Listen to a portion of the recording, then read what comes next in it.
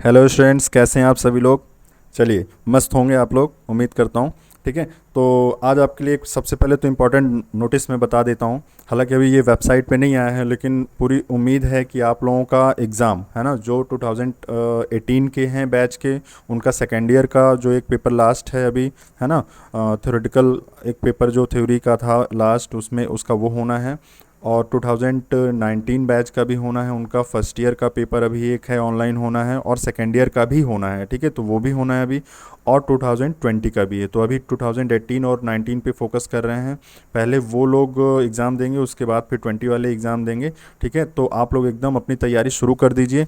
और देखिए, एक और इम्पॉर्टेंट बात आपके लिए ये है कि आप लोग जैसा कि जानते भी हो कि आप लोगों का पेपर आता है मल्टीपल चॉइस क्वेश्चन। ठीक है, तो आपको बहुत चीज़ें याद करने की तो उस तरह ज़रूरत है नहीं। छोटे छोटे जो कॉन्सेप्ट हैं उनको दिमाग में रखिए और उसी बेसिस पे आप क्वेश्चंस को सॉल्व करना शुरू करिए। ठीक है, एक समराइज्ड वे में एक पेज पे आप फॉर्मूले नोट करिए, वन लाइनर क्वेश्चंस टाइप का आप बनाइए, जिसमें आपको डायरेक्ट आंसर आपको पता होना चाहिए। तो उस बेसिस पे आप अपनी प्रिपरेशन को रखिए। बहुत ज़्यादा पैराग्राफ बेसिस पे तो आपको कुछ पढ़ना नहीं है। ठीक है, और ये टेक्निकल सब्जेक्ट हैं, इसको पैराग्राफ बेसिस पे पढ़ा भी नहीं जा सकता। ठीक है, तो चलिए, अभी क्या है, आज हम लोग एक एमसीक्यू सीरीज़ लेके आ रहे हैं। ठीक है, तो ये एमसीक्यू सीरीज़ आपको इस तरीके से फ़ायदा करेगी। पहले तो मैं आपको बता दूं कि सारे क्वेश्चंस आज मैंने वहीं से लिए हैं, जिससे आपको थोड़ा सा एक भरोसा हो जाए कि जो चीज़ें हम लोग ये 5 क्लासेस में पढ़े हैं, ये वही चीज़ें हैं जो हम लोग अभी तक पिछले एग्जामों में देख चुके हैं। ठीक है, अपने बोर्ड के एग्जामों में देख चुके हैं एनसीवीटी बोर्ड से। ठीक है, तो अभी मैंने जो ये क्वेश्चंस लिए हैं, आप लोगों को ये क्वेश्चंस मैंने वही पेपर के ही क्वेश्चन लिए हैं, जिससे आप लोगों को थोड़ा सा एक रिलायबिलिटी महसूस हो, माइंड में एक फ्रीडम महसूस हो कि नहीं, हम लोग कर ले जाएंगे। ठीक है, बहुत सारे बच्चे ऐसे हैं जिनको ये लग रहा है कि शायद बहुत हार्ड है, तो हम कर पाएंगे नहीं कर पाएंगे। ठीक है, तो उस चक्कर में डर रहे हैं, तो बिल्कुल डरिए मत, बहुत इजी है। ठीक है, हाई स्कूल स्टैंडर्ड का है, आप सब जानते हैं ये सब। ठीक है, तो इतना हार्ड नहीं है। अब देखिए, आज जो हम लोग क्वेश्चन करेंगे उसी से आपको अंदाज़ा लग जाएगा कि ये किस टाइप के क्वेश्चन आते हैं। ठीक है, और वैसे भी आप लोग पढ़ रहे होंगे, आप समझ रहे होंगे कि बहुत ज़्यादा हार्ड क्वेश्चन आते नहीं हैं, ईजी आते हैं। बस क्या है कि आपको पूरे के पूरे सिलेबस पे थोड़ा सा कमांड बनानी होती है। अभी आपके पास शॉर्ट टाइम कम है टाइम, तो आप क्या करिए कि जो उसमें से आपको इजी चैप्टर्स लगते हैं, पूरे के पूरे थ्योरी से, सिलेबस से, वर्कशॉप कैलकुलेशन से, या फिर एम्प्लॉयबिलिटी स्किल से, क्योंकि सारा कंबाइंड ही एक पेपर में आने वाला है। ठीक है, ये भी आपको बता दूं मैं आपको। तो उसमें से जो आपको सबसे इजी लग रहा है वहाँ से शुरू करिए। ठीक है, और जो चीज़ें नहीं आ रही हैं, टेलीग्राम चैनल है अपना। ठीक है, वो अभी आप देखिए डिस्क्रिप्शन लिंक में होगा, उसको लिंक को क्लिक करिए, सीधे टेलीग्राम चैनल को एक्टिवेट करिए अपना। ठीक है, उसको ज्वाइन कर लीजिए, वहाँ पे आपको सारी पीडीएफ मिल जाती है। ठीक है, जितने भी मैंने अभी तक लेक्चर्स लिए हैं उनकी सारी पीडीएफ हैं।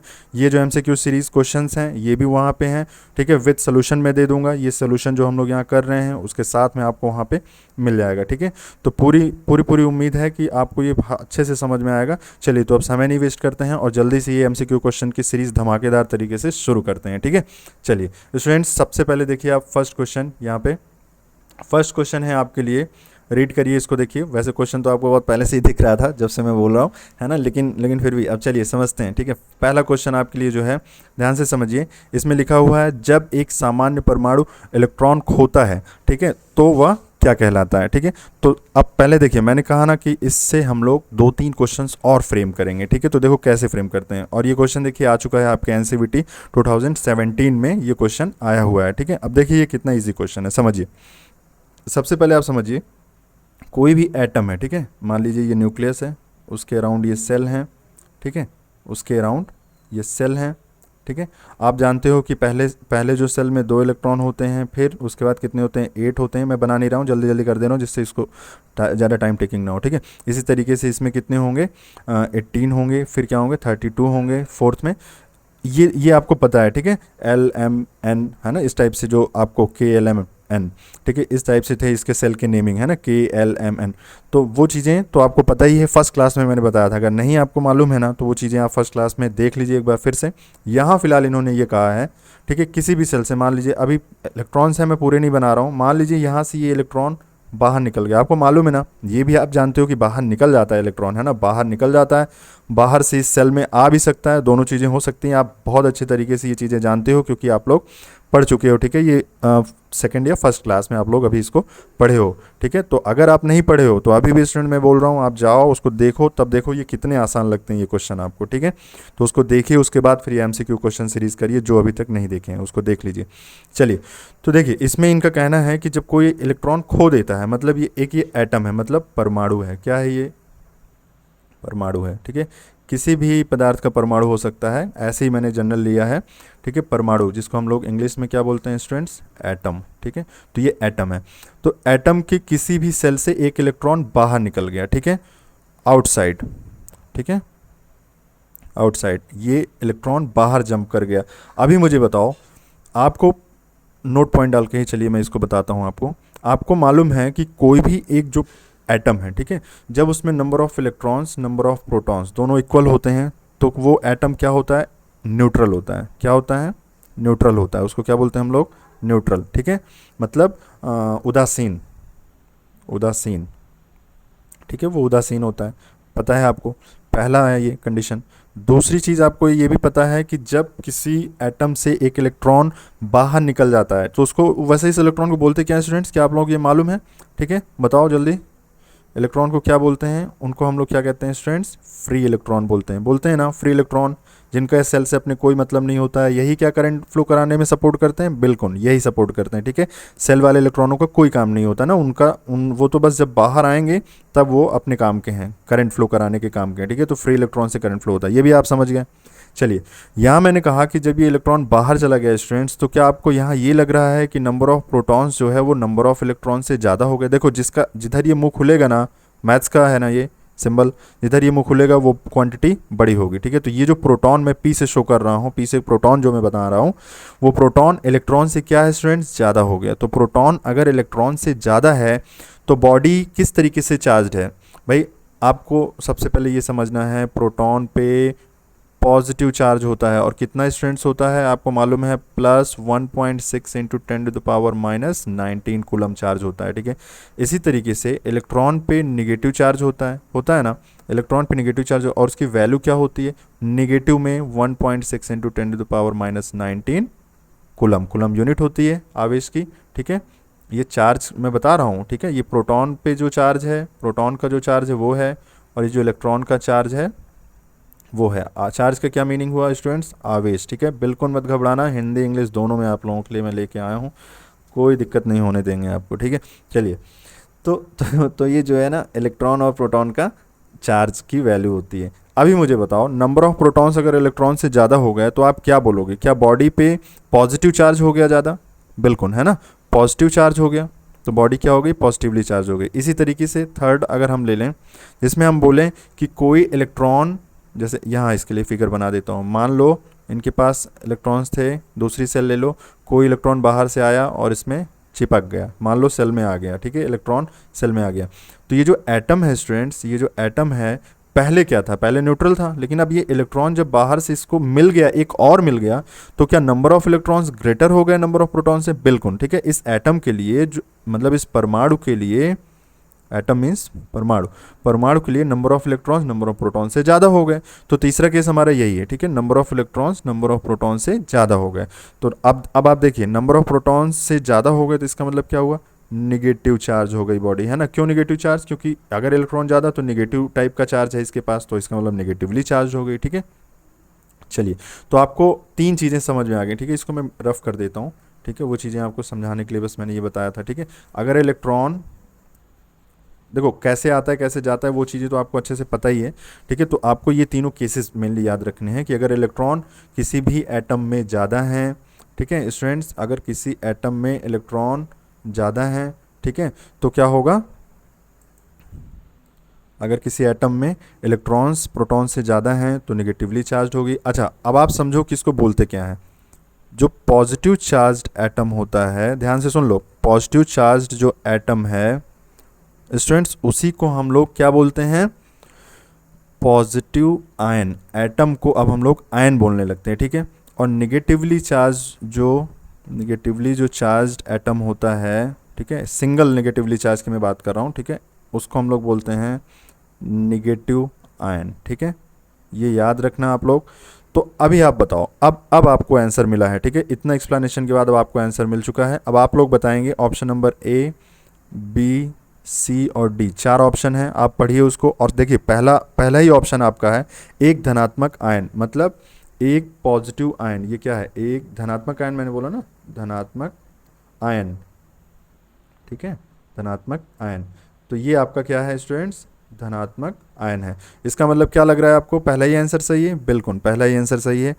ऋणात्मक आयन होगा तो ऋणात्मक वाले में क्या होगा स्टूडेंट्स? ऋणात्मक वाले में बताओ क्या होगा? ऋणात्मक वाले में ये वाला केस हो जाएगा ना, जब नंबर ऑफ इलेक्ट्रॉन्स ज़्यादा होंगे। तो पॉजिटिवली चार्ज कब होगा? जब नंबर ऑफ प्रोटॉन्स ज़्यादा होंगे। इसका मतलब क्या हुआ? इलेक्ट्रॉन बाहर चला गया, और इसमें बोला भी है कि इलेक्ट्रॉन खो देता है, ठीक है। तो ये हो गया, ठीक। चलिए, तो ये आंसर गलत है, ये भी गलत है। आपका आंसर ए सही है, ठीक है। चलो अब लेते हैं सेकंड क्वेश्चन। अब आप देखिए आपके सामने है सेकंड क्वेश्चन, ये है आपका सेकंड क्वेश्चन। चलिए देखिए, ये 2016 में आया हुआ है, ठीक है। इसके लिए एक नया पेज लेते हैं हम लोग, क्वेश्चन नंबर सेकंड। चलिए, समझ में आ रहा है ना?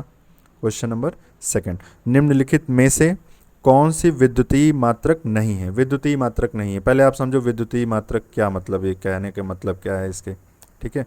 विद्युतीय मात्रक, स्टूडेंट्स विद्युतीय मात्रक का मात्रक मीन्स तो समझ रहे हो, यूनिट, ठीक है। विद्युतीय का मतलब हुआ इलेक्ट्रिक, ठीक है। तो इलेक्ट्रिक यूनिट नहीं है, इसका मीनिंग क्या हुआ? ध्यान से सुनो जरा, इसका मीनिंग क्या हुआ। अच्छा, एक चीज़ और आपको मैं बता दूं, कहीं कहीं आपको मात्रक इकाई लिखने में आएगा, तो उससे आप घबराइएगा नहीं, ठीक है। इकाई, तो इकाई भी होगी, यूनिट बोल देते हैं ना इंग्लिश में, तो इसी को हम लोग बोलते हैं इकाई, उसको मात्रक भी कहते हैं। इलेक्ट्रिक यूनिट का मतलब हुआ कि कुछ ऐसी क्वांटिटीज़ जो इलेक्ट्रिक टर्म में यूज़ की जाती हैं। जैसे आप जानते हो, सबसे पहली चीज़, आपके घर में कितना वोल्ट आता है? 220 वोल्ट सप्लाई आती है ना। तो 220 वोल्ट ये क्या है स्टूडेंट्स? ये है वोल्टेज, ठीक है। ये क्या है? वोल्टेज है ना। वैसे तो आप इंग्लिश में ही इसको भी जानते हो, लेकिन इसको क्या कहते हैं हम लोग स्टूडेंट्स? विभव, ठीक है। क्या यूनिट होती है? यूनिट भी आपको मैं चलो बता देता हूँ। इसकी यूनिट होती है वोल्ट, ठीक है। किससे रिप्रेजेंट करते हैं वोल्ट को? कैपिटल वी से। इतनी चीज़ें आपको समझ आ गई। इसी तरीके से आपको और एक चीज़ पता है बहुत अच्छे से, करंट, ठीक है। करंट महसूस भी किए होगे, ठीक है। तो करंट की क्या यूनिट होती है स्टूडेंट्स? एम्पियर। कैसे शो करते हैं? कैपिटल ए से। कैसे मेज़र करते हैं? एमीटर से। कैसे मेज़र करते हैं? एमीटर से, ठीक है। और ये इसको कैसे मेज़र करते हैं? कैसे मेज़र करते हैं इसको? वोल्टेज को वोल्ट मीटर से स्टूडेंट्स, वोल्ट मीटर से मेज़र करते हैं, ठीक है। अब आप लोग लैब में जाइए, उसमें देखिए वोल्ट मीटर भी रखा हुआ है, एमीटर भी रखा हुआ है वहाँ पे, ठीक है। सिंबल भी जान लो, चलो सिंबल भी बता ही देता हूँ आपको, रिवीजन हो रहा है एक तरीके से आपका। चलिए, ये है, ठीक है। अगर आप डीसी मेज़र कर रहे हो तो ऐसे लाइन बनी रहेगी, एसी मेज़र करना है तो अल्टरनेटिंग साइन बना रहेगा, ठीक है। इतनी चीज़ें समझ गए। चलो अब आते हैं आपके क्वेश्चन पे। इन्होंने कहा विद्युतीय मात्रक नहीं है, तो आपने समझा ना, वोल्टेज क्या है? एक तरीके से विद्युत को मतलब इलेक्ट्रिक क्वांटिटी है। करंट क्या है? इलेक्ट्रिक क्वांटिटी है। इसी तरीके से resistance, electric power, electric energy, electric field, magnetic field, ये सब इलेक्ट्रिक टर्म्स हैं, ठीक है। इनका कहना है कि इसमें चारों ऑप्शन में पढ़ के बताओ कि कौन सा विद्युतीय मात्रक नहीं है। अब आप पहला ऑप्शन रीड करो, फिर आपको बताता हूँ। पहला ऑप्शन है वोल्टेज, तो वोल्टेज तो है ही है विद्युतीय मात्रक, मैंने बताया ही, देखो ये है, ठीक है। मतलब विद्युतीय मात्रक का मीनिंग हुआ कि ऐसे मात्रक जो विद्युतीय भौतिक राशि के मात्रक हों, ठीक है। तो आप देखो ना, वोल्टेज होता है विद्युतीय, करंट ये भी विद्युतीय है, शक्ति मतलब पावर, ठीक है। तो इलेक्ट्रिक पावर होती है ना, बोलते नहीं 100 वाट का बल्ब दे दो या एलईडी वाला बल्ब ला दो, ठीक है। 15 वाट वाला एलईडी बल्ब, आपको बताया था मैंने, एलईडी बल्ब लगाना है ना घरों में, सेविंग करनी है, ठीक है। इलेक्ट्रिसिटी की आपको सेविंग करनी है, हम लोगों सभी को सेविंग करनी है। चलो, तो अब आप इसमें अगर आप सी ऑप्शन पे ऑब्जर्व करो, ठीक है, सी ऑप्शन को अगर आप देखो तो ए ऑप्शन तो बिल्कुल सही है क्योंकि वोल्टेज तो होता है इलेक्ट्रिक, बी भी सही है क्योंकि करंट भी होता है, सी पे डाउट है, और डी भी होता है। जो पावर इसमें जो लिखी हुई है डी ऑप्शन, वो भी होता है, इलेक्ट्रिक पावर होती है ना। जैसे आप बोलो 100 वाट का बल्ब चाहिए भैया हमें, तो ये 100 वाट जो बोला है आपने, क्या बोला है? वो पावर ही तो है, इसका बोला है आपने, ठीक है।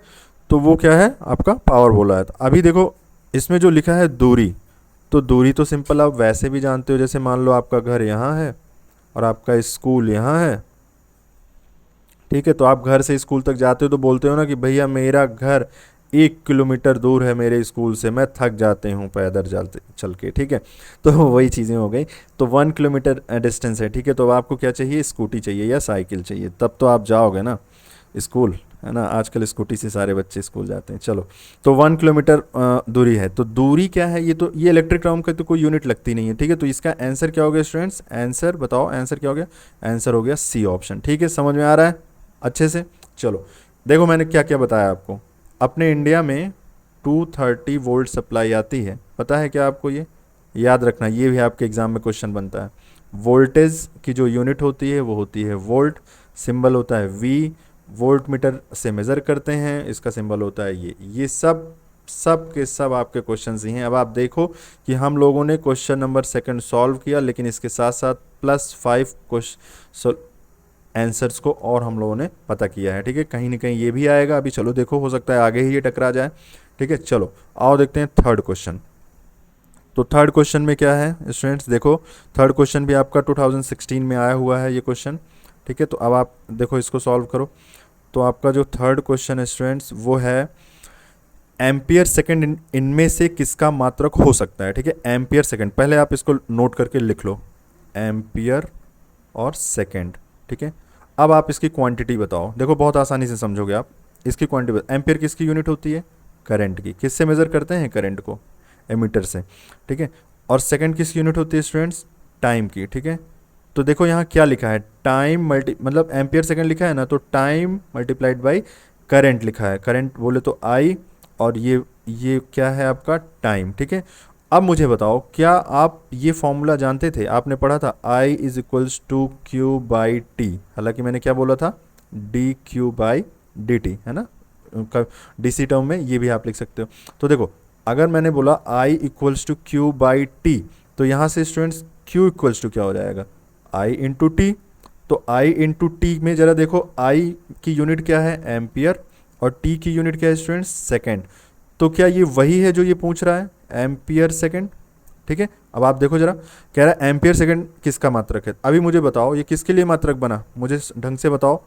यहाँ पे ये Q इक्वल्स टू मैंने लिखा ना, आपके लिए मैंने Q इज इक्वल्स टू ये लिखा ना, इसका मतलब ये किस चीज़ की यूनिट है, Q की। और Q है क्या, Q है आपका चार्ज, समझ पा रहे हो, आवेश है, क्या है स्टूडेंट्स, आवेश, ठीक। अब चलो आंसर देखते हैं। तो इसमें आपको लास्ट ऑप्शन जो डी ऑप्शन है, देखिए उसमें आपको आवेश नज़र आ रहा है, ठीक है, आवेश है, वो आंसर आवेश है। तो ये आपका डी आंसर सही हो गया। चलो उसके अलावा भी अगर आप कहो कि ऑप्शन भी सर बताइए, तो देखिए ऑप्शन में पहला नंबर तो शक्ति है, मीन्स इलेक्ट्रिक पावर, जिसको वॉट में मेज़र करते हैं। बी है चालकता, मतलब कंडक्टिविटी, मालूम है आपको, ये भी बता चुका हूँ, कंडक्टिविटी, ठीक है। कंडक्टिविटी को कैसे शो करते हैं, ये इसकी यूनिट क्या होती है बताओ जरा, तो सीमेन पर मीटर या फिर महो पर मीटर, समझ गए ना, बिल्कुल। चलो ऊर्जा की भी बात करते हैं, बहुत सिंपल है, ऊर्जा तो बचपन से पढ़ते चले आ रहे हो, बिना ऊर्जा के कुछ हो ही नहीं पाएगा, ठीक है। तो इसकी यूनिट क्या होती है स्टूडेंट्स, जूल, ठीक है, इसकी स्टूडेंट्स यूनिट क्या है, जूल है। तो आप समझ गए, कम से कम एटलीस्ट सबकी यूनिट आपको मैंने बता दिया। देखो ये भी कभी ना कभी आपसे टकराएगा, एक क्वेश्चन सॉल्व किया, 4 और सॉल्व किए, इसके साथ 3, ठीक है। ये फॉर्मूला मिला लो तो 4 क्वेश्चन हो गए, ठीक है। तो इस तरीके से हम लोगों को पढ़ना है, ठीक है स्टूडेंट्स। ऐसा नहीं कि बस टिक मारो और आगे बढ़ो, ठीक है, उसने में फ़ायदा क्या है, वो तो रट्टा हो गया ना एक तरीके से। चलो आओ देखते हैं फोर्थ क्वेश्चन, चलो शुरू करते हैं। अब आपके सामने है करंट मापा जाता है, बताओ जरा तो करंट कैसे मापा जाता है। कितना सिंपल है, कितनी बार बता चुका आपको करंट कैसे मापा जाता है, ठीक है। क्वेश्चन नंबर फोर्थ है ना, क्वेश्चन नंबर फोर्थ, करंट, ठीक है। करंट मीन्स धारा, ठीक है, वैद्युत धारा। बताओ करंट कैसे मेज़र करते हैं, वॉट में मेज़र करते हैं क्या, पहला ऑप्शन, चलो पहला ऑप्शन लेते हैं, वॉट। वॉट में मेज़र करते हैं क्या, नहीं, क्यों, क्योंकि ये तो पावर की यूनिट होती है, पावर मेज़र करते हैं हम लोग, है ना। शक्ति जिसको आप हिंदी में बोलते हो, ठीक है, शक्ति, ऊर्जा को एनर्जी बोलते हैं, ध्यान रखना, ठीक है। ये बी, चलो वोल्ट, इन्होंने लिखा वोल्ट, चलो बताना जरा तो वोल्ट ही होती क्या, अभी अभी जानते हो आप, वोल्ट तो वोल्टेज की यूनिट होती है, किसकी, विभव की, ठीक है। तो ये भी नहीं है। चलो सी ऑप्शन में देखते हैं, हेनरी। चलो अभी तो ये मैंने नहीं बताया, लेकिन फिर भी आप समझो कि हेनरी किसकी यूनिट होती है, इंडक्टर की, ठीक है, इंडक्टर की, आगे चल के बताऊंगा, अभी परेशान मत हो, ठीक है। ऑप्शन नंबर डी, एम्पियर, ठीक है, देखो एम्पियर लिखा हुआ है, तो करंट की यूनिट एम्पियर ही तो होती है इंग्लिश में, देखो ये एम्पियर, ये बार बार मैं बताता चला आ रहा हूँ, तो ये हुआ ना, मीनिंग क्या हुआ आपको पता चल गया, आपका आंसर है डी, ठीक है। तो क्वेश्चन नंबर फोर्थ का आपका आंसर है स्टूडेंट्स डी। चलो क्वेश्चन नंबर 5 भी यहीं कर लेते हैं, क्वेश्चन नंबर 5, आओ देखते हैं क्वेश्चन नंबर 5। ठीक है, let's see the question number 5। ठीक है, देखो इसमें ये क्वेश्चन थोड़ा सा पढ़िए इसको ध्यान से। कह रहा है जब धारा एक चालक में प्रवाहित होती है, ठीक है, चालक मीन्स समझ रहे हो, कंडक्टर, कंडक्टर मीन्स जिसमें धारा आसानी से प्रवाहित हो सकती है, ठीक है। चालक में कोई एक चालक है, चालक का मतलब क्या है, जैसे वायर है, आप समझो, जैसे मान लो एक तार है, ठीक है, वायर है, कॉपर की ही ले लो, ठीक है, सीयू कॉपर, कॉपर की एक तार ले लो, ठीक है। अब इनका कहना है कि जब ये वायर में करंट फ्लो होती है, ठीक है, चलो मान लिया करंट फ्लो होती है, इस क्रॉस सेक्शन के अराउंड करंट फ्लो हो रही है, ऐसे करके जा रही है करंट, ठीक है। तो कह रहे हैं तो यह तृप्त हो जाती है, तृप्त का मतलब है एक तरीके से गर्म पड़ जाना, ठीक है, गर्म हो जाती है। तो स्टूडेंट्स गर्म हो जाती है, इनका कहना है इस प्रभाव को क्या कहते हैं। याद करो, ये लास्ट क्लास में मैंने अभी बताया ना आपको, 4 प्रभाव मैंने आपको बताए थे, याद है। हीटिंग इफेक्ट, ठीक है, दूसरा लाइटिंग इफेक्ट, मतलब प्रकाश उत्सर्जन हो सकता है, ऊष्मा उत्सर्जन हो सकता है, ठीक है।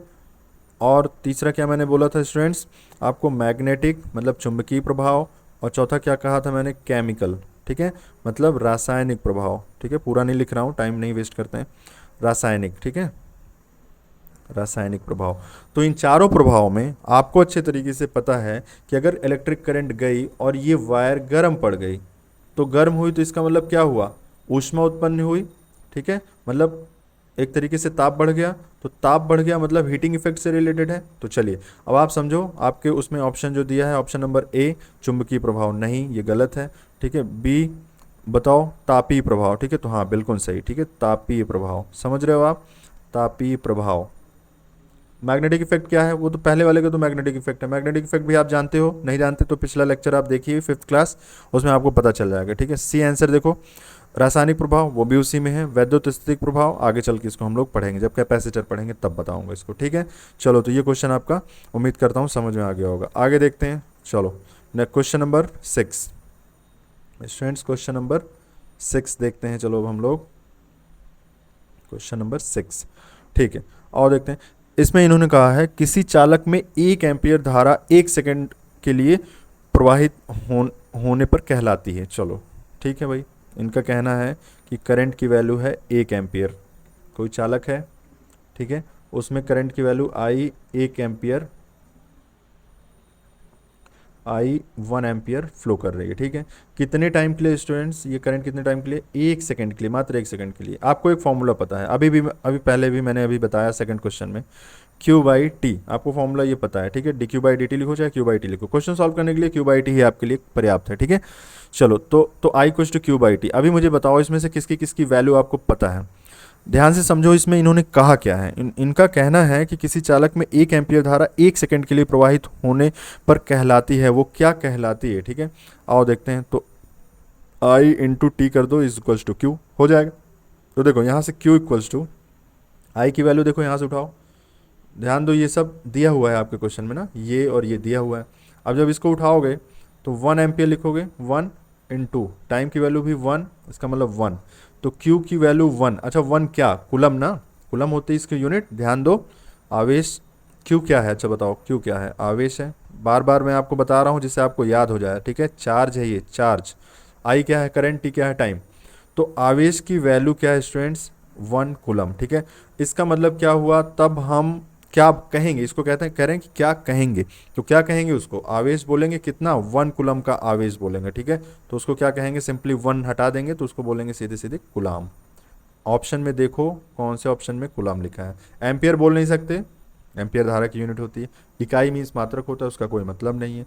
कुलम होगा, ठीक है, क्योंकि आवेश बता रहा है, ये क्वांटिटी आवेश। और ओम, ओम ओम ओम रेजिस्टेंस की यूनिट है, याद है ना आपको, रेजिस्टेंस की यूनिट ओम होती है, ये ओम है, रेजिस्टेंस की यूनिट है। आगे आने दो क्वेश्चन, ये भी समझ जाएंगे, ठीक है। चलो तो इस बेसिस पे हम लोगों को इसको समझना था। फॉर्मूला देखो ये कितना काम का है, आपके बार बार आ रहा है, ठीक है। तो इसका आंसर क्या हो गया स्टूडेंट्स, चलो आंसर बताओ जरा, तो आंसर नंबर सी सही है, सी क्या है इसका आंसर है, ठीक है, सी इज द करेक्ट आंसर। चलो let's start the next question. चलो इसमें इनका कहना है विभवांतर, ठीक है स्टूडेंट्स, इनका कहना है कि बताओ विभवांतर क्या है। हिंदी में बोल रहा हूँ, विभवांतर, ठीक है स्टूडेंट्स, विभवांतर इसका क्या मतलब है, पोटेंशियल, क्या होता है बताओ, पोटेंशियल डिफरेंस, ठीक है, पोटेंशियल डिफरेंस, पूरा नहीं लिख रहा हूँ, शॉर्ट में लिख, पोटेंशियल डिफरेंस, ठीक है। तो विभवांतर है। अभी मुझे बताओ, इनका कहना है विभवांतर कैसे मेज़र करते हैं। याद करो, मैंने कहा कि वोल्टेज को मेज़र करने के लिए हम लोगों को वोल्ट मीटर की ज़रूरत होती है, ठीक है, बताया ना मैंने, वोल्ट मीटर की ज़रूरत होती है। क्या सिंबल होता है, वी। इसके दो सिंबल्स हो सकते हैं, एक होता है डीसी वोल्ट मीटर, ठीक है, जिसके नीचे ऐसे लाइन बनी रहती है। एक होता है एसी वोल्ट मीटर, जिसमें वी लिखा रहेगा और ऐसे करके लिखा रहेगा, ठीक है। जिसमें डीसी होता है वो पीएमएमसी टाइप का इंस्ट्रूमेंट होता है। चलो छोड़ो, इसको रहने दो, अभी ये ज़्यादा हो जाएगा आपके लिए, ओवर होगा, ठीक है। तो ये हो गया। अभी मुझे बताओ आंसर सीधे, ए ऑप्शन, एमीटर द्वारा। क्या विभवांतर, क्या वोल्टेज एमीटर से मेज़र करते हो स्टूडेंट्स? नहीं ना, एमीटर से क्या मेज़र करते हो, करंट, ठीक है। तो ए आंसर गलत हो गया। चलो बी देखते हैं भाई। बी आंसर है ओम मीटर। ओम मीटर क्या मेज़र करता है, ओम किसकी यूनिट होती है, रेजिस्टेंस की। तो ओम मीटर क्या मेज़र करता होगा, रेजिस्टेंस मेज़र करता होगा। तो भैया ये भी गलत हो गया, ठीक है। चलो सी आंसर देखते हैं स्टूडेंट्स, सी है वोल्ट मीटर। अब बताओ वोल्ट मीटर होगा, अभी अभी मैंने बोला, तो C answer is the right answer, ठीक है, समझ गए। डबल टिक मारता हूँ व्हाट्सएप की तरह। चलो डी आंसर, अब जब एक आंसर मिल ही गया तो आप समझ ही रहे हो। फिलहाल आपको मैं बता देता हूँ कि वॉट मीटर क्या मेज़र करता है, वॉट मीटर, और यहाँ पे था क्या, ओम मीटर, ठीक है। चलो समझ लो, ठीक है। ये है एमीटर, करंट मेज़र करता है, ये रेजिस्टेंस मेज़र करता है स्टूडेंट्स। ये वाला जो है watt meter, what what what किसकी यूनिट होती है ज़रा बताना तो, पावर की यूनिट होती है। पावर मीन्स शक्ति, बार बार लिख दे रहा हूँ आपके लिए, हिंदी एंड इंग्लिश बोथ। चलो तो पावर की यूनिट होती है, समझ गए। तो वॉट मीटर से क्या मेज़र करोगे, वॉट मीटर से क्या मेज़र करोगे, पावर मेज़र करोगे, ठीक है। तो चलो, तो आंसर आपका कौन सा सही हो गया स्टूडेंट्स, आंसर सी सही हो गया, ठीक है। आंसर नंबर सी सही है आपका, ठीक है। किससे मेज़र करोगे, वोल्ट मीटर से मेज़र करोगे। चलो नेक्स्ट क्वेश्चन देखते हैं भाई। तो कौन सा क्वेश्चन हो गया था आपका, आपका क्वेश्चन 6 हो गया, ठीक है। क्वेश्चन नंबर 6 हो गया आपका, और 7 हो गया, ठीक है। चलो 8th क्वेश्चन अब देखते हैं भाई। 8th क्वेश्चन देखो, क्वेश्चन नंबर 8, ठीक है। आगे देखते हैं। देखो इनका कहना है कि एक चालक के क्रॉस सेक्शन भाग पे 1 एम्पियर धारा बहने पर 1 सेकंड में कितने इलेक्ट्रॉन बहेंगे। बहुत बढ़िया क्वेश्चन है। देखो इसमें दो कॉन्सेप्ट आपको मैं बताने वाला हूँ, ध्यान से सुनना। पहले सबसे पहले तो आप मुझे एक बात बताओगे, जैसे मान लो एक ये बॉडी है ए, ठीक है, इसमें number of electrons number of protons बराबर है, मैंने बोल दिया है, पहले ही बोल दिया आपको, न्यूट्रल बॉडी है, ठीक है। अब बताओ मुझे कि अगर यहाँ से एक इलेक्ट्रॉन बाहर निकल गया स्टूडेंट्स, बाहर निकल गया, तो ये कितना आवेश लेके गया, पहले मुझे बताओ। ये तो इलेक्ट्रॉन तो क्या है, मूल कण है, इनकी एक प्रॉपर्टी होती है आवेश। तो आवेश कितना लेके गया ये बताओ मुझे, आवेश कितनी मात्रा आवेश की ले गया बताओ। तो आपको मालूम है अच्छे से कि आवेश की मात्रा होती है माइनस में 1.6 इंटू 10⁻⁻19 कूलम, यही होती है। इसका मतलब क्या हुआ स्टूडेंट्स, अगर ये एक इलेक्ट्रॉन बाहर निकलेगा तो वो कितना आवेश लेके जाएगा, वो इतनी वैल्यू का आवेश लेके जाएगा स्टूडेंट्स, इतनी वैल्यू का आवेश लेके जाएगा। अभी मुझे बता दो, आपको ये भी मैंने बताया था क्वांटाइजेशन ऑफ चार्ज, जो कि इसकी प्रॉपर्टी होती है आवेशों के निकलने, है ना, और इसके लिए आवेश की प्रॉपर्टी बताई थी मैंने। याद करो कि मैंने ये कहा कि कम से कम इतना ही निकाल सकते हो, इससे कम नहीं निकाल सकते। और अगर इससे ज़्यादा किसी जगह से निकला होगा, किसी भी परमाणु से, मतलब किसी भी वस्तु से अगर इससे ज़्यादा इलेक्ट्रॉन्स निकले हैं, तो मान लो एक इलेक्ट्रॉन निकला तो इतना लिखा, मान लो दो इलेक्ट्रॉन निकला तो 2 × 1.6 × 10⁻19 बोलोगे। अगर आप इसको ई मान लो, ठीक है, तो आप इसको सीधे सीधे 2e बोलोगे। अगर 3 इलेक्ट्रॉन निकला तो क्या होगा, 3e बोलोगे। 4 निकले तो क्या बोलोगे, 4e बोलोगे, ठीक है। ई का मतलब है ये, ठीक है, ध्यान रखना, ये ई वैल्यू के लिए मैंने यूज़ किया है, ठीक है, ये माइनस में इतना इतना ज़्यादा चार्ज निकल गया, ठीक है। अब इनका कहना है कि अगर हमको, ठीक है, 1 कूलम, कैसे पता, अभी मैं बता दे रहा हूँ, ठीक है।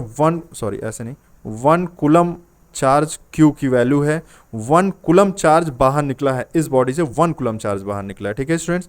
अब मुझे बताओ कि अगर 1 कूलम चार्ज बाहर निकला है तो कितने इलेक्ट्रॉन, कितने नंबर ऑफ इलेक्ट्रॉन्स बाहर निकले होंगे, ये आपको समझना है, ठीक है, ये आपको जानना है। आप ये समझ रहे हो इलेक्ट्रॉन बाहर निकलेंगे तभी तो आवेश बाहर जाएगा ना, इतना तो समझ रहे हो।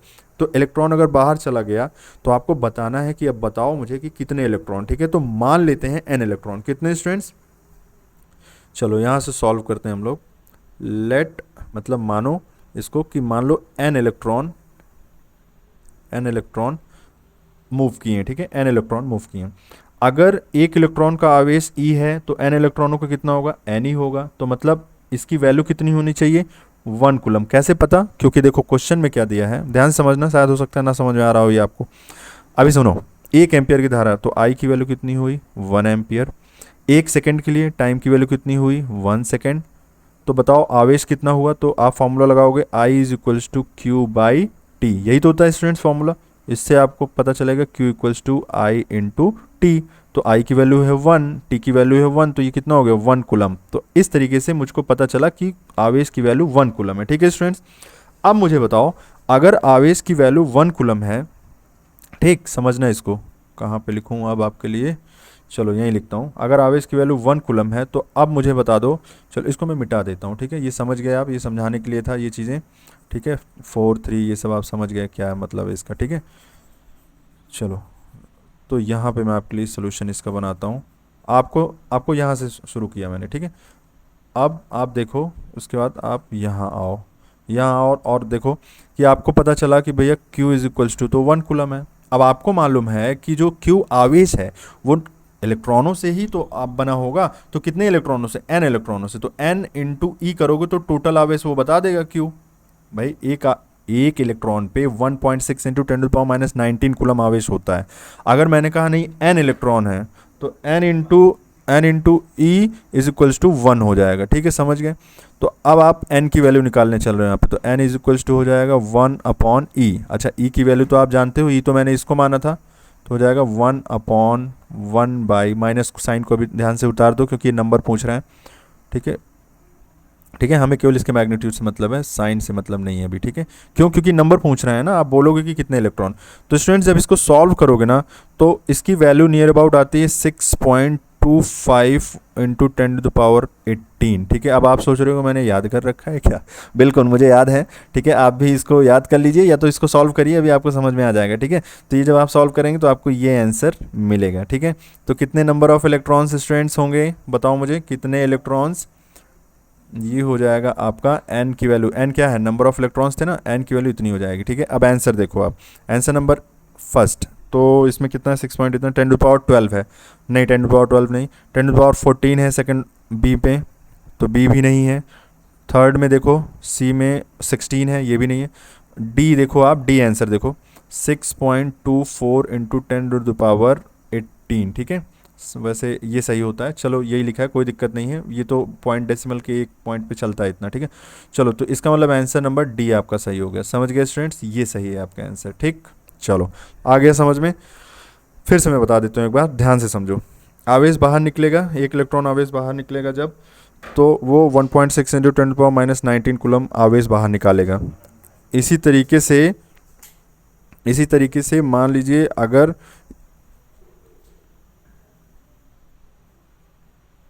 स्टूडेंट्स, अगर मान लीजिए कि इसी तरीके से अगर ये जो है, 1 मिनट 1 सेकेंड, हाँ, अगर ये जो है कई सारे इलेक्ट्रॉन, तो मतलब कई सारे का मतलब मान लो हमने 1 इलेक्ट्रॉन 2 इलेक्ट्रॉन 3 इलेक्ट्रॉन 4 इलेक्ट्रॉन इस तरह n इलेक्ट्रॉन निकाले तो ई से मल्टीप्लाई करोगे तब तो आपको टोटल आवेश पता चलेगा ना।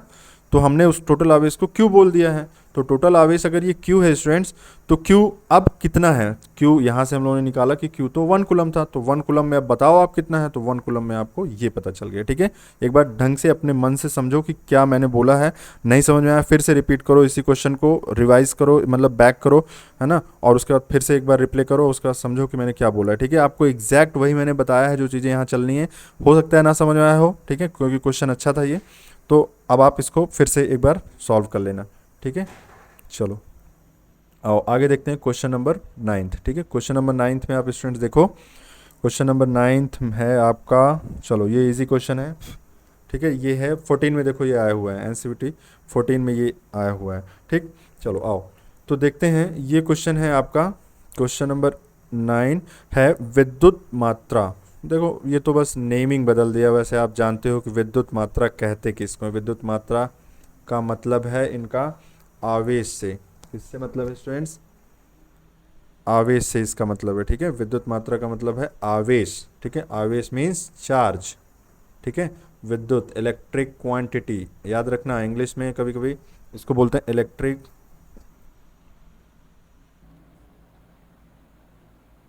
ठीक है, तो चलिए आपके आपके पास ये 9th क्वेश्चन है। हाँ, मैंने कहा कि इलेक्ट्रिक क्वांटिटी, ठीक है, सिंपल है, आपको समझना है कि इलेक्ट्रिक क्वांटिटी क्या है।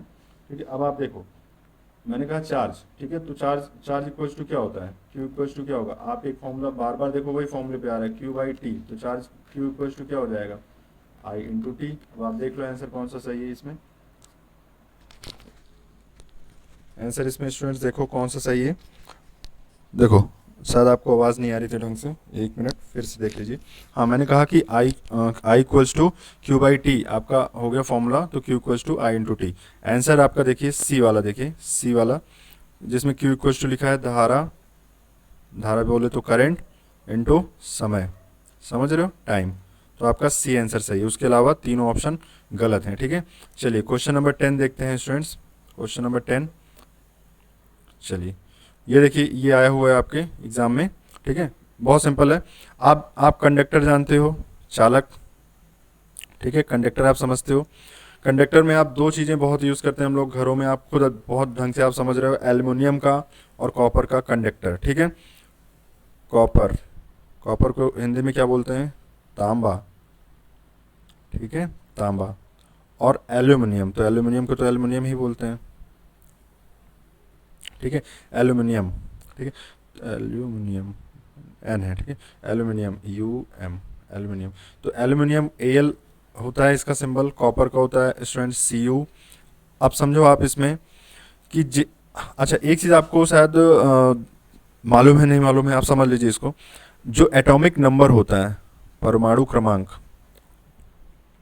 एटॉमिक नंबर, ठीक है, एटॉमिक नंबर जो होता है, जिसको कहते हैं हम लोग हिंदी में परमाणु क्रमांक, ठीक है, परमाणु क्रमांक। जितना परमाणु क्रमांक होता है ना स्टूडेंट्स, उतने ही नंबर ऑफ इलेक्ट्रॉन्स होते हैं किसी एटम में, किसी परमाणु में, उतने ही नंबर ऑफ प्रोटॉन्स होते हैं। ये याद रखना, ये चीज़ें आपको दिमाग में हमेशा फिट करके रखनी है कि जो एटॉमिक नंबर होता है वही नंबर ऑफ इलेक्ट्रॉन्स होते हैं, नंबर ऑफ प्रोटॉन्स भी वही होते हैं। इनका क्वेश्चन है कि बताओ कि कितने इलेक्ट्रॉन हैं।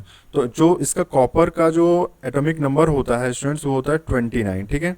इसी तरीके से जो एल्युमिनियम का जो एटॉमिक नंबर होता है वो होता है 13, ठीक है, वो होता है आपका 13। तो अब आप देख लो, ठीक है। तो अच्छा, 13 का मतलब अब आपको मैं ये भी बता रहा हूँ साथ साथ कि number of electrons aluminium atom में कितने होते हैं, 13।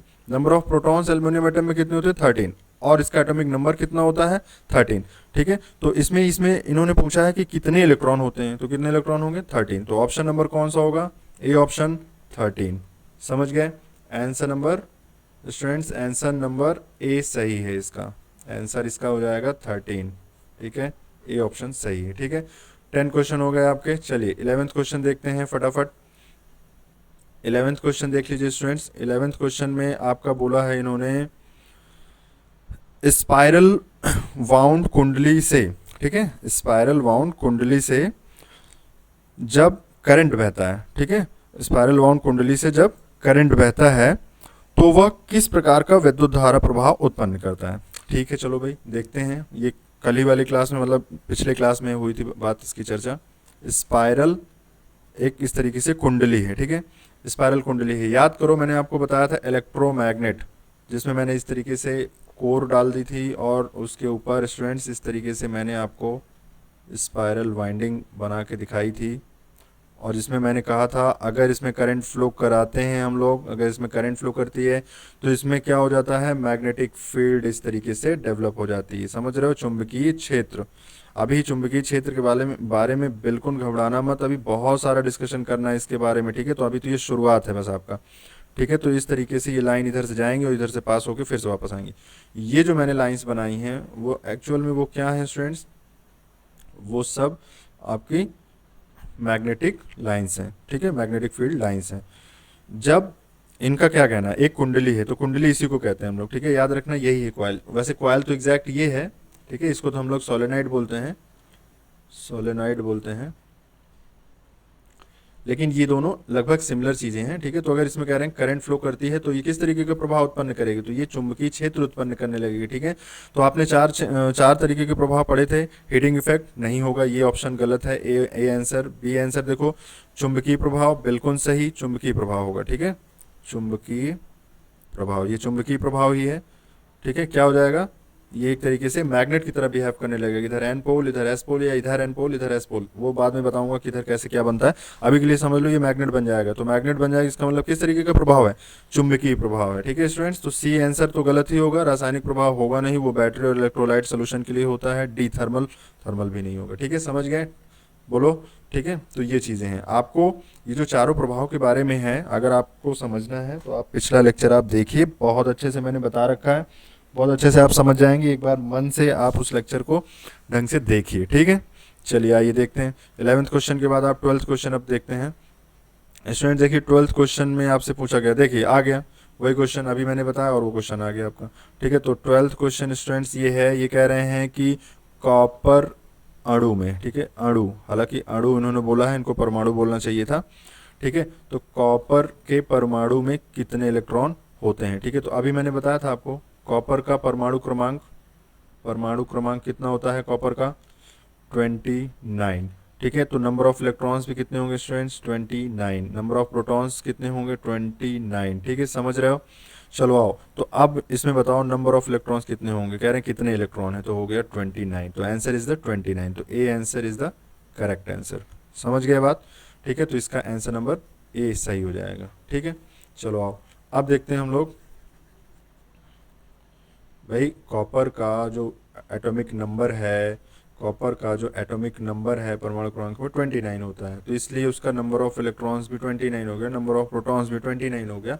आंसर में नंबर ऑफ इलेक्ट्रॉन्स पूछा है तो आपका 29 आंसर हो गया। ठीक है, नेक्स्ट क्वेश्चन देखते हैं स्टूडेंट्स। नेक्स्ट क्वेश्चन है आपका 13th नंबर।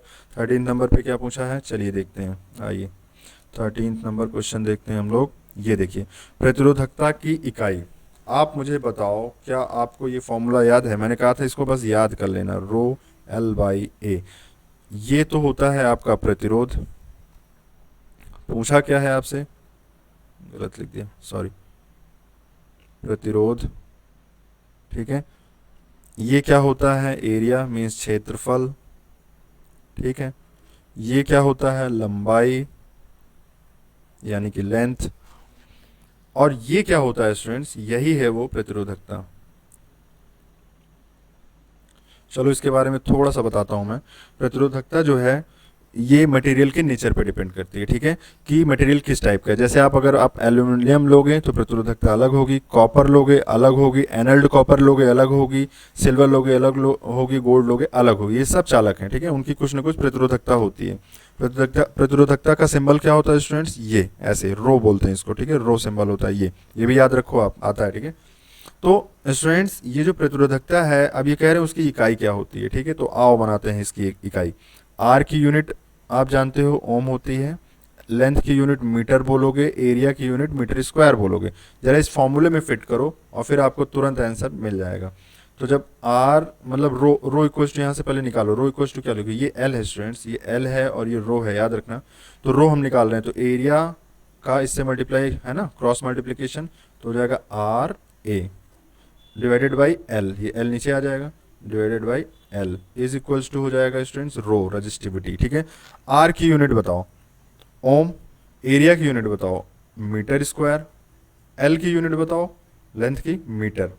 ठीक है स्टूडेंट्स, तो चलो बताना जरा मुझे, मीटर से मीटर एक कैंसिल हो गया, यहाँ मीटर स्क्वायर का मतलब हुआ 2 मीटर है, मीटर कैंसिल हो गया। अब बताओ मुझे कितना बना, तो हो जाएगा रो की जो रजिस्टिविटी की जो यूनिट होगी वो ओम और एक मीटर जो बचा है तो ओम मीटर। समझ गए, ये आपको याद रखना है, ओम मीटर हो गया। आंसर तलाशो फिर इसी बात पे। पहला आंसर है ए ऑप्शन में ओम है, ये तो रेजिस्टेंस की यूनिट होती है। दूसरा ऑप्शन है स्टूडेंट्स बी ओम मीटर, तो क्या यही आंसर सही है, तो ठीक है, बाकी सब तो फालतू आंसर है। ठीक है, ये ओम मीटर होती है, समझ गए, तो आंसर आपका हो गया बी आपका करेक्ट आंसर हो गया। समझ गए, चलो आओ देखते हैं question number 14th। Question number 14th देखते हैं, ब्लू कलर अच्छा लग रहा है लिखने में। अच्छा देखो क्वेश्चन नंबर 14th में स्टूडेंट्स है आपका कूलम किसकी इकाई है, इसमें ज़्यादा टाइम पास नहीं करते हैं, कई बार हो चुका। कूलम आवेश की इकाई है, किसकी स्टूडेंट्स, आवेश की इकाई होती है कूलम। ठीक है, मतलब चार्ज की इकाई है कूलम, सी से इसको रिप्रेजेंट करते हैं। ठीक है, तो बताओ आंसर कौन सा हुआ इसका, विद्युत मात्रा electric quantity, last option D answer is the correct answer. ठीक है, question number 15th, question number 15 देखो, देखो इसको थोड़ा पढ़ना ध्यान से। एक विद्युत धारा होती है, मतलब इलेक्ट्रिक करंट की डिफाइन किया गया है कि विद्युत इलेक्ट्रिक करंट होती क्या है। ऑप्शन नंबर ए, एक चालक में इलेक्ट्रॉनों का रैंडम मोशन। रैंडम मोशन तो होता है, मानते हैं, लेकिन ये इलेक्ट्रिक करंट नहीं होती। मैंने बताया था, याद करो, सेकंड या थर्ड क्लास में आप जाके देखो, मैंने बोला है कि इसकी जो रैंडम मोशन होती है उसकी वजह से करंट नहीं फ्लो होती है स्टूडेंट्स। जब इसमें हम लोग कोई पोटेंशियल डिफरेंस लगाते हैं और एक डायरेक्शन में अलाइन होने की कोशिश करते हैं ये, तब जाके इसमें करंट हम लोग फ्लो होना बोलते हैं। ठीक है, तो ए आंसर तो गलत हो गया। चलो भाई बी आंसर देखते हैं। एक दिशा में मुक्त इलेक्ट्रॉनों का मूवमेंट, बिल्कुल मुक्त इलेक्ट्रॉनों का मूवमेंट, मतलब ये फ्री इलेक्ट्रॉन तो है ही हैं, इनका एक दिशा में जाना क्या कहलाता है, बोलो क्या कहलाता है, विद्युत धारा। तो ये आंसर नंबर बी सही हो गया। ठीक है, सी गलत है, डी भी गलत है, उसको पढ़ने का फालतू फायदा नहीं है। ठीक है, चलो 16 क्वेश्चन नंबर 16 देखते हैं। आदर्श वोल्टेज स्रोत, वैसे ये अभी मैंने बताया नहीं है आपको, लेकिन फिर भी आपको बता देता हूँ। वोल्टेज सोर्स, देखो दो चीज़ें होती हैं। जो बैटरी होती है ना आपकी, बैटरी या सेल, तो सेल के अंदर भी कुछ रेजिस्टेंस होता है स्टूडेंट्स, रेजिस्टेंस होता है उसके अंदर। ठीक है, तो अभी मुझे बताओ कि अगर सेल के अंदर रेजिस्टेंस होगा और आप किसी सर्किट से इसको जोड़ दोगे, मान लो आपको बल्ब जलाना है, ठीक है स्टूडेंट्स, बल्ब इससे जलाना है, तो ये जलेगा तो ठीक है, अच्छी बात है। लेकिन एक बात बताओ, अगर इसके अंदर भी रेजिस्टेंस है तो ये उसी रास्ते से, रेजिस्टेंस वाले रास्ते से होते हुए जाएगा करंट, इसमें रेजिस्टेंस अगर मान लो आ रहे हैं उसी रास्ते से जाएगा। अब अगर उसी रास्ते से जाएगा तो आपको इतना तो पता है कि यहाँ भी क्या होगा, वोल्टेज का ड्रॉप होगा, यहाँ भी वोल्टेज ड्रॉप होगा। कहने का मतलब यहाँ भी ये भी वोल्टेज घटाएगा।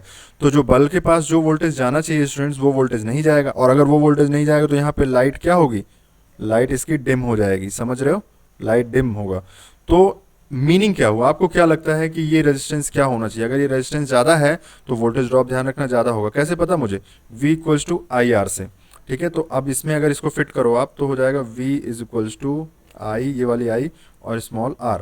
अब बताओ कि अगर इस इंटरनल, मतलब ये जो सेल है उसका ये जो रेजिस्टेंस है अंदर वाला, मैंने कहा होता है, ये होता ही है। ठीक है, तो ये रेजिस्टेंस अगर स्टूडेंट्स ज़्यादा होगा तो बताओ वोल्टेज ड्रॉप ज़्यादा होगा, और ज़्यादा होगा तो यहाँ बल्ब को तो मिला ही नहीं, जबकि बल्ब को ही मिलना चाहिए, तब तो ये लाइट जलेगी। ठीक है, तो मीनिंग क्या हुआ, आर की वैल्यू मच मच लेस होनी चाहिए, शुड बी वेरी लो, समझ गए, बहुत ही कम होनी चाहिए। तो चलो अभी इसी में देख लो, आंसर आपके सामने है, रीड करना शुरू करो, अभी तुरंत पता चल जाएगा आपको। आंसर नंबर ए, आदर्श, देखो इन्होंने आदर्श लगा दिया, और जब भी आइडियल लगा देते हैं तो ध्यान समझ लो, जहां पे हम लोग लो बोलते हैं वो सीधे सीधे जीरो बोलना शुरू कर देते हैं। याद रखना, आइडियल केस में ऐसे बोलेंगे हम लोग। ठीक है, लो तो प्रैक्टिकल है, ठीक है, कि लो होता है, इतना हम लोगों को मालूम है भाई, लो होता है। लेकिन अगर आइडियल वोल्टेज सोर्स की इन्होंने बोल दिया, ideal voltage source, ideal voltage source जो भी है, आइडियल होता नहीं, वैसे कोई चीज़ आइडियल नहीं है। ठीक है, थोड़ा ना थोड़ा लॉस सब में होगा। तो इनका कहना है अगर आइडियल हो वोल्टेज सोर्स तो कितना होगा रेजिस्टेंस, हमने कहा लो होना चाहिए, लेकिन अगर आइडियल है तो कितना होना चाहिए स्टूडेंट्स, जीरो होना चाहिए। ध्यान से समझ लो, जीरो होना चाहिए। ठीक है, तो याद रखना, बहुत बार ये रिपीट होता है क्वेश्चन, कॉम्पिटेटिव एग्जाम में भी आता है। इसमें आपसे पूछा गया है कि आइडियल वोल्टेज सोर्स का आंतरिक प्रतिरोध, यही है आंतरिक प्रतिरोध, ये आर। ठीक है, तो आंतरिक प्रतिरोध क्या होना चाहिए बताओ, शून्य होना चाहिए। और अगर यही प्रैक्टिकल पूछता है स्टूडेंट्स तो क्या बोलते हैं, बहुत कम। ठीक है, बहुत कम। ठीक है, फिलहाल के लिए अभी आपका आंसर ये सही है क्योंकि आइडियल है, और आंसर नंबर ए सही है। ठीक है, चलो तो उम्मीद करता हूँ आपको समझ में आया होगा, आगे भी ये बताऊंगा, अभी ये सब आने वाला है ये टॉपिक, बिल्कुल परेशान मत होना। ठीक है, क्वेश्चन नंबर 17, चलो आओ जल्दी से देखते हैं क्वेश्चन नंबर 17, 20 ही करते हैं आज। ठीक है, क्वेश्चन नंबर 17 देखो स्टूडेंट्स, 17 में है आपका, electric network dash dash dash का निर्धारण करता है। कौन करता है इलेक्ट्रिक नेटवर्क का निर्धारण, बताओ जरा तो, प्रतिरोध करता है क्या, निर्धारण करता है। मतलब इलेक्ट्रिक नेटवर्क, नेटवर्क का तो मतलब ही हो गया कि वो रेजिस्टेंस वाली सर्किट है, रेजिस्टेंस, इंडक्टर, कैपेसिटर, इस तरह की सर्किट है, उसमें कह रहे हैं इस इलेक्ट्रिक नेटवर्क में निर्धारण करता है, नेटवर्क निर्धारण करता है। क्या निर्धारण करता है, जिस तरीके का नेटवर्क होगा उस हिसाब से करंट फ्लो होगी। ध्यान से समझो, जैसे आप समझो, मान लो मैंने कहा मैं बल्ब जला रहा हूँ, ठीक है, तो 100 वाट वाला बल्ब जला रहे हो आप, तब धारा का मान कुछ और होगा। लेकिन आपने जलाया भैया एलईडी वाला बल्ब, ठीक है, हालांकि ऐसे नहीं बनेगा एलईडी वाला बल्ब, ये सिंबल नहीं, एलईडी बल्ब अगर जलाया तो ये तो 15 वाट का ही था, तो ये धारा कम खाएगा। ठीक है, ये इलेक्ट्रिक करंट कम होगी, इसमें रेजिस्टेंस कम होगा। ठीक है, तो सॉरी, मतलब कुल मिला के इसका वोल्टेज कम है, तो इस हिसाब से इसके करंट भी कम फ्लो होगी। ठीक है स्टूडेंट्स, कम फ्लो होगी। अभी तो पहले मुझे बताओ कि अभी किस बेसिस पे डिपेंड कर रहा है, ये नेटवर्क पे ही तो डिपेंड कर रहा है ना, कि आप एलईडी बल्ब लगाए हो कि टंगस्टन फिलामेंट वाला बल्ब लगाए हो, उस पर ये धारा डिपेंड कर रही है। तो इसका मतलब ये हुआ कि इसका आंसर नंबर सी सही हो गया। कैसे पता चला मुझे कि धारा सही है? देखो धारा का ही निर्धारण कर रहा है ना, यहाँ हो सकता है 1 एम्पियर करंट फ्लो हो रही है, यहाँ हो सकता है 0.05 एम्पियर ही करंट फ्लो हो रही हो। तो इसका मतलब क्या हुआ, ये किस बेसिस पे अलग अलग करंट है, ये लोड के अकॉर्डिंग। तो लोड का मतलब क्या हुआ, इनका लोड का मीनिंग क्या हुआ, इलेक्ट्रिकल नेटवर्क। ठीक है, लोड का मतलब हुआ इलेक्ट्रिकल नेटवर्क। ठीक है, तो इसलिए धारा जो है निर्भर करेगी किस पे, इलेक्ट्रिकल नेटवर्क पे निर्भर करेगी। कौन? धारा निर्भर करेगी। ठीक है, चलो आओ एक क्वेश्चन और। अच्छा क्वेश्चन है, याद करना है बस सीधे इसको। इनका कहना है जो घरों में एसी सप्लाई आती है वो कितने हर्ट्ज की होती है। मतलब देखो दो चीज़ें घरों में जो सप्लाई आती है उसकी दो चीज़ें आपको हमेशा याद रखनी है। एक तो वोल्टेज 230 वोल्ट जो कि भारत सरकार द्वारा मतलब जो आई रूल है, ठीक है, जो भी बीआईएस ने वो किया है, ठीक है, तो आई रूल के तहत इतना वोल्टेज होना चाहिए। ठीक है, अच्छा फ्रीक्वेंसी स्टूडेंट्स कितनी होनी चाहिए, फ्रीक्वेंसी कितनी होनी चाहिए, तो फ्रीक्वेंसी होनी चाहिए जो अपने इंडिया में है, फ्रीक्वेंसी का रेंज वो है 50 हर्ट्ज। याद रखो ये दोनों आपको डायरेक्ट याद ही रखने हैं। ठीक है, तो ये इंडिया की पॉलिसी है, ठीक है, कि यहाँ पे आपको 230 वोल्ट का डोमेस्टिक सप्लाई मिलेगी घरों के लिए। ठीक है, ये डोमेस्टिक की मैं बात कर रहा हूँ, डोमेस्टिक की बात कर रहा हूँ आपको। बाकी तो वोल्टेज का रेंज बहुत है, अलग अलग है, अलग अलग चीज़ों। इंडस्ट्री के लिए 33 किलो वोल्ट हो जाएगा। आपको कितना चाहिए घरों में, जो अपने घर के अप्लायंसेज हैं जो चलाने के लिए, 230 वोल्ट चाहिए। कितने हर्ट्ज की फ्रीक्वेंसी होती है, 50 हर्ट्ज की होती है। एक बात साथ ही साथ और याद कर लो, 60 हर्ट्ज की फ्रीक्वेंसी अमेरिका में यूज़ करते हैं। ठीक है, यूएस में 60 हर्ट्ज की फ्रीक्वेंसी यूज़ करते हैं, ये भी याद रखो। ठीक है, चलो तो इतनी चीज़ें आपको याद रखनी चाहिए। तो इसका आंसर क्या हो गया स्टूडेंट्स, सी आंसर हो गया। ठीक है, आंसर हो गया आपका सी। ठीक है, सी आंसर इसका सही हो गया। चलो आओ दो क्वेश्चन और करते हैं इसी बात पे, क्वेश्चन नंबर 19 और 20। ठीक है, तो क्वेश्चन नंबर 19 आओ देखते हैं। तो 19 में इनका कहना है 1 माइक्रो एम्पियर की धारा किसके बराबर है। लो 1 माइक्रो एम्पियर देखो ऐसे लिखा जाता है, ध्यान से समझ लो, 1 माइक्रो एम्पियर ऐसे लिखा जाता है। और माइक्रो का क्या मतलब होता है, 10⁻⁻⁶। तो 1 इंटू 10⁻⁻⁶ और फिर क्या लिखोगे, एम्पियर। इसका मीनिंग क्या हुआ, 10⁻⁻⁶ एम्पियर भी बोल सकते हो ना 1 माइक्रो एम्पियर को। 1 माइक्रो एम्पियर को आप क्या बोल सकते हो, 10⁻⁻⁶ एम्पियर। देखो आंसर कौन सा सही है, तो आंसर आपका बी, आंसर आपका बी सही है। Question number 20। अब आप देखो क्वेश्चन नंबर 20 देखो, क्वेश्चन नंबर 20 में बोला गया है धन आवेशित आयन कहलाते हैं। क्या ये क्वेश्चन नंबर फर्स्ट से मैच कर रहा है स्टूडेंट्स, क्वेश्चन नंबर फर्स्ट से मैच कर रहा है क्या ये। ठीक है, तो देखिए हाँ बिल्कुल सही, ये क्वेश्चन नंबर फर्स्ट से मैच कर रहा है। कैसे पता, क्वेश्चन नंबर फर्स्ट में ये बोला गया था आपको कि जो भी मतलब अगर देखो ऐसे समझ लो, इलेक्ट्रॉन प्रोटॉन के बराबर है, न्यूट्रल बॉडी, न्यूट्रल। ठीक है, electron is greater than proton, negatively charged body, मतलब ये नेगेटिव आयन हो जाएगा, एक तरीके से नेगेटिव आयन हो जाएगा जो परमाणु होगा। और P अगर ज़्यादा है इलेक्ट्रॉन से स्टूडेंट्स तो हो जाएगा पॉजिटिव आयन या पॉजिटिवली चार्ज बॉडी। तो इसमें देखो हाँ एक चीज़ और आपको बताना था कि जो कैटायन है, ठीक है, इसमें काशन लिखा हुआ है वही है, मतलब उसका जो कैटायन है उसको हम लोग बोलते हैं आपको मतलब जैसे जो इसमें काशन लिखा हुआ है, ठीक है, काशन नहीं कैटायन बोलते हैं उसको हम लोग। ठीक है, तो कैटायन उसी को बोलते हैं जो पॉजिटिव आयन होते हैं। ठीक है, और स्टूडेंट्स एनायन बोलते हैं। ठीक है, एनायन बोलते हैं, एनायन बोलते हैं, ठीक है, नेगेटिव चार्ज बॉडी को। ठीक है, तो पॉजिटिव चार्ज, पॉजिटिवली चार्ज जो होगा, ठीक है, वो आपका हो जाएगा कैटायन। ठीक, तो इस तरीके से आपको समझना है। तो धनावेशित जो आयन है आपका वो क्या कैटायन हो जाएगा। ठीक है, तो ये चीज़ें आपको माइंड में रखना है। ठीक, चलो तो इसका बताओ आंसर कौन सा सही हो गया, आंसर नंबर ए सही हो गया। ठीक है स्टूडेंट्स, इसका आंसर नंबर आपका ए सही हो गया। ठीक, चलो तो ये हो गया आपके 20 क्वेश्चन। देखिए अब आपने 20 क्वेश्चन सॉल्व किए हैं, लेकिन आपको अच्छे से पता चल रहा है जब आप अगर इसको पूरी सीरीज देखोगे तो इस 20 क्वेश्चंस में आपको मोर देन 35 प्लस क्वेश्चन आपको अटेम्प्ट हुए हैं। ठीक है, इस तरीके से हम लोगों को क्वेश्चन सीरीज अपनी करनी है। ठीक है, टाइम पास नहीं करना है कि बस टिक मारे और आगे बढ़ गए। ठीक है, क्वेश्चन से रिलेटेड जितने भी टॉपिक कवर होंगे स्टूडेंट्स, वो सारी चीज़ें आपको मैं कवर कराते हुए चलूंगा। अभी देखिए 20 क्वेश्चन हो गए, मुझे लगता है 25 नियर अबाउट क्वेश्चन और हैं। वो एक और क्वेश्चन हम लोग सेशन ले लेंगे, अगली क्लास में हम लोग नेक्स्ट क्वेश्चन सॉल्व करेंगे। उम्मीद करते हैं कि ये सारे क्वेश्चन आपको बहुत मज़ेदार तरीके से समझ में आ गया होगा। सबसे इंपॉर्टेंट बात आपके लिए ये है कि स्टूडेंट्स, आपको ये भरोसा होना चाहिए कि ये सारे क्वेश्चन देखिए आपके एग्जाम में आए हुए हैं। आप किसी भी बुक लीजिए जिसमें प्रीवियस ईयर क्वेश्चंस हैं, उससे सॉल्व करना शुरू कीजिए। मज़ा आने लगेगी, आप समझ जाओगे कि हाँ बिल्कुल जो चीज़ें थ्योरी में हम लोग पढ़ रहे हैं वो चीज़ें हम लोगों को काम आ रही हैं। ठीक है, और इसी उम्मीद के साथ हम लोग आगे जो है अपने सारे लेक्चर्स को कंटिन्यू करते चल रहे हैं। ठीक है, आप बस पढ़ते जाइए और मैं पढ़ाते जा रहा हूँ। ठीक है, चलिए स्टूडेंट्स, अगर ये अच्छा लग रहा है तो प्लीज़ अब आप सब्सक्राइब कर सकते हैं। ठीक है, मैं नहीं बोलता था क्योंकि भाई आपको सही लगता है तो आप सब्सक्राइब करिए, अदरवाइज मत करिए। ठीक है, आपके काम की है तो आप सब्सक्राइब करिए।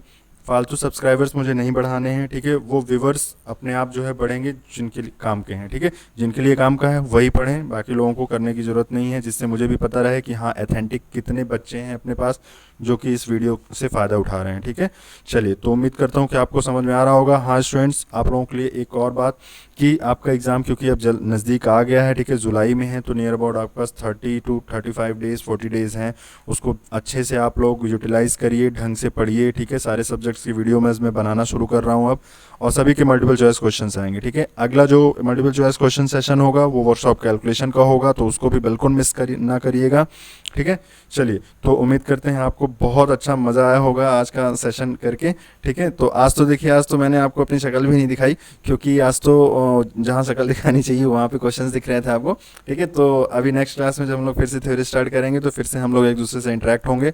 ठीक है, और इसी तरीके से हम लोग आगे करते जाएंगे। ठीक है, चलिए, तो बहुत बहुत धन्यवाद। ठीक है, थैंक यू वेरी मच आपका जो है इस लेक्चर को देखने के लिए।